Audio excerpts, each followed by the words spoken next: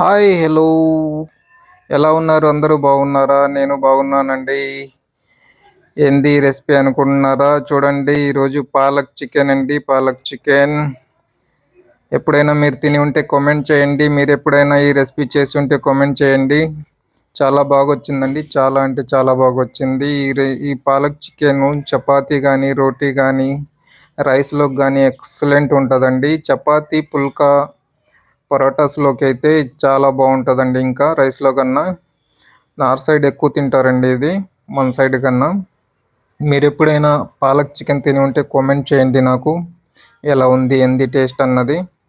నేనైతే 1, 2 సార్లు చేసి ఉన్నాను. ఈ రెసిపీ మీతో పాటు షేర్ చేసుకుందామని చేశాను. పదండి రెసిపీలోకెళ్ళిపోదాం. సబ్స్క్రైబ్ చేసుకోండి. ఇగోండి దానికి కావాల్సిన ఐటెమ్స్ అన్నీ మనం ఇక్కడ పెట్టుకున్నాం. ఒక కట్ట పాలకూర తీసుకున్నానండి. దాన్ని చక్కగా కట్ చేసుకొని పెట్టుకున్నాను. దాంతో పాటు ఒక హాఫ్ కేజీ చికెన్ తీసుకున్నాను. చికెన్ అంతా కొంచెం నీట్‌గా కడుక్కొని పెట్టుకోండి. ఆనియన్స్, టమోటా, కొత్తిమీర, పుదీనా, జింజర్ గార్లిక్ పేస్ట్, పసుపు, కారం, దానికి సంబంధించిన మసాలాలండి అన్నీ కడా మసాలాలు, ఒక చికెన్ మసాలా. ఓకేనా? దీనికి ఎలా ఏంది ప్రాసెస్ చేయాలన్నది చెప్తాను పదండి. స్టవ్ ఆన్ చేసుకున్నాం. స్టవ్ ఆన్ చేసుకొని ఒక కుక్కర్ని పెట్టుకుందాం. కుక్కర్ని పెట్టుకొని ఈ పాలకూర అంతా దీంట్లోకి షిఫ్ట్ చేసుకుందాం. పాలకూర ఒక చీల్చిన 2 పచ్చిమిరకాయలు దీంట్లోకి వేసుకొని దీన్ని మెత్తగా ఉడికించుకుందాం. ఒక విసిల్ వస్తే అయిపోతుంది ఇది. దీంట్లోకి కొంచెం జీరా వేసుకుందాం. కొంచెం చెన్నుల్లిపాయలు వేసుకుందాం. కొంచెం పసుపు వేసుకుందాం. కొంచెం వాటర్ వేసుకుందాం దీంట్లోకి. మూత పెట్టేసి ఒక్క విసిల్ వచ్చేదాకా మనం విసిల్ కొట్టుకుందామండి. దాన్ని పక్క స్టవ్ మీద పెట్టేసి ఇంకొక ప్యాన్ పెట్టుకుందాం మనం. నెక్స్ట్ చికెన్ ప్రాసెస్ చేస్తుందాం. అది కుక్ అయిపోతుంది. విసిల్ వచ్చిన తర్వాత దాన్ని ఆఫ్ చేసుకొని చల్లారిన తర్వాత దాన్ని పేస్ట్ చేసుకుందాం. దాని తర్వాత మనం చికెన్ ఎలా ప్రాసెస్ చేసుకోవాలి, కుక్ చేసుకోవాలనేది చూద్దాం. ఒక 50 ml దాకా ఆయిల్ వేసుకుందాం అండి. ఆయిల్ వేడైపోయిన తర్వాత మనం మసాలాలు వేసుకుందాం. దాంట్లోకి ఏమేమి కావాలో చూడండి. తేజ్పత్తా, కొన్ని మనం ఫస్టే తీసుకున్న చెక్క, లవంగ అవన్నీ వేసుకుందాం. దాన్ని కొంచెం వేయించుకుందాం.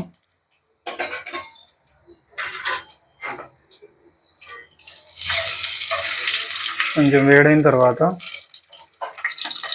మనం కట్ చేసుకొని పెట్టుకున్న ఆనియన్స్ వేసుకుందాం. కొంచెం అయితే సరిపోతాయండి. ఎక్కువ వేస్తే స్వీట్నెస్ వస్తుంది. కొంచెం కలర్ చేంజ్ అయ్యేదాకా మనం దీన్ని కుక్ చేసుకుందాం అండి. దగ్గరికి వచ్చేసింది, కలర్ చేంజ్ వస్తుంది. ఆనియన్స్ ఫ్రై అయిన తర్వాత ఒక స్పూన్ జింజర్ గార్లిక్ పేస్ట్ వేసుకుందాం.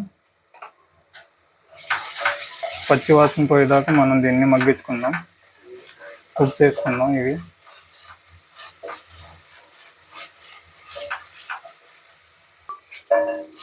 పచ్చివాసన పోయిందండి. ఇప్పుడు దీంట్లోకి మనం కాశ్మీరీ రెడ్ చిల్లీ పౌడర్ వేసుకుందాం. కొంచెం ఇప్పుడు వేస్తే మంచి కలర్ వస్తుంది దీంట్లోకి, అందుకని ఇప్పుడే వేస్తున్నాను నేను.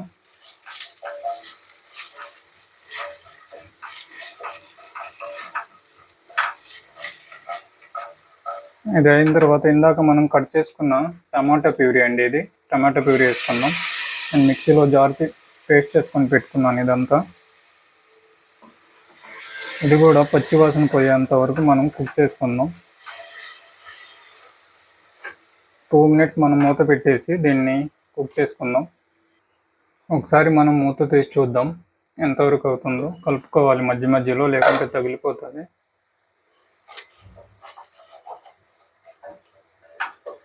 కొంచెం టైం పడుతుంది.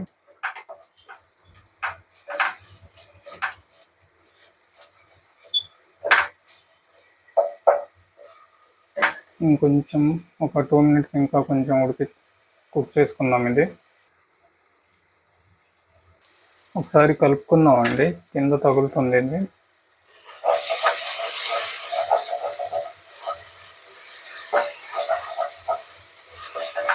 దగ్గర అయిపోయింది, కుక్ అయిపోయింది మసాలా అంతా. దీంట్లోకి చికెన్ యాడ్ చేసుకుందాం మనం ఇప్పుడు.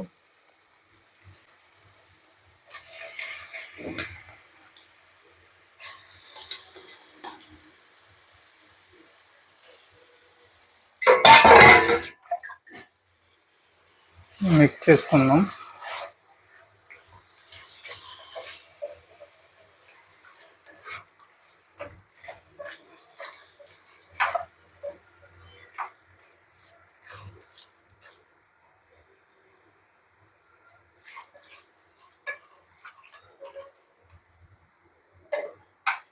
బాగా మసాలా పట్టేదాకా లో ఫ్లేమ్లో పెట్టేసి మనం కుక్ చేసుకుందాం. దీన్ని లో ఫ్లేమ్లో కుక్ అయితే మంచిగా సాఫ్ట్గా కుక్ అవుతుంది. మూత పెట్టేసుకొని మనం లో ఫ్లేమ్లో ఒక 10 minutes కుక్ చేసుకుందామండి. మనకి విసిల్ వచ్చేసిందండి, ఒక విసిల్ వచ్చేసింది. కాల్చుకుందాం. దాని తర్వాత నెక్స్ట్ ప్రాసెస్ చూద్దాం. ఒకసారి కలుపుకుందాం మధ్యలో.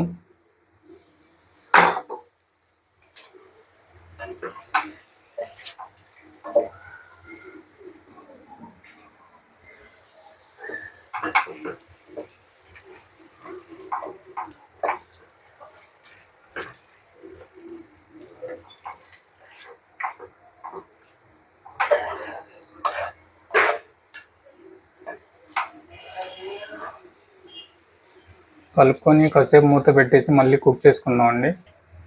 ఒకసారి చూద్దాం తీసి ఎట్లా ఉందన్న పరిస్థితి. కుక్ అవుతుంది, కలుపుకుందాం ఒకసారి.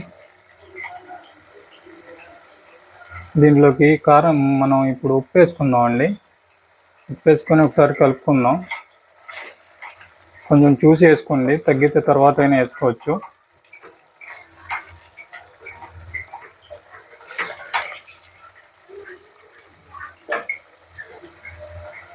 కొంచెం వాటర్ వదిలేసింది కదా, వాటర్ అంతా ఇంకిపోయేదాకా మనం మూత పెట్టేసి కుక్ చేసుకుందాం.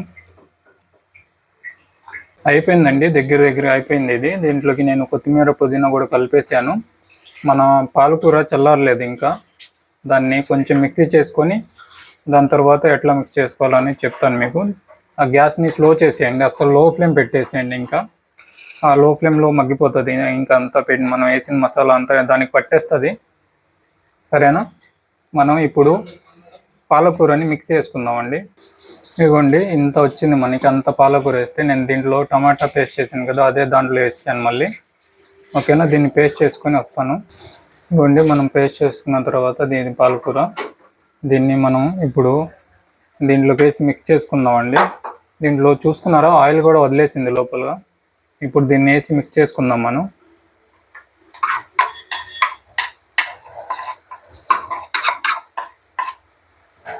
ఇది టేస్ట్ అయితే అద్దరిపోతుందండి. నేను చాలాసార్లు చేసి ఉన్నాను కూడా, ఇది చేసి తిన్నాను.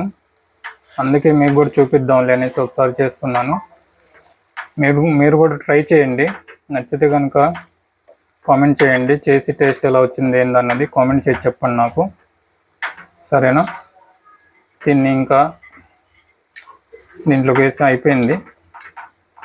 ఒక 2 minutes మనం ఆయిల్ వచ్చేస్తుందండి దీంట్లోకి, పైకి వచ్చేస్తుంది ఆయిల్ పైకి వచ్చిన తర్వాత మనం బంద్ చేసుకుందాం. సరేనా? ఒక 2 minutes లో ఫ్లేమ్లోనే మూత పెట్టేసి కుక్ చేసుకుందాం. ఇవ్వండి బటర్ అండి, మీ దగ్గర బటర్ ఉంటే ఆప్షన్గా వేసుకుంటే మంచి టేస్ట్ వస్తుంది. మీ దగ్గర ఉంటే కనుక వేసుకోండి, లేకుంటే స్కిప్ చేసేయండి ఇది. సరేనా? మీ దగ్గర ఉంటే వేయండి, మంచి టేస్ట్ వస్తుంది దీనివల్ల. లేదంటే స్కిప్ చేసేయండి మీరు. లేదంటే చూద్దామండి ఒకసారి. అయిపోయిందండి, మన ఆయిల్ వదిలేసింది, దింపుకుందాం. ఓకేనా?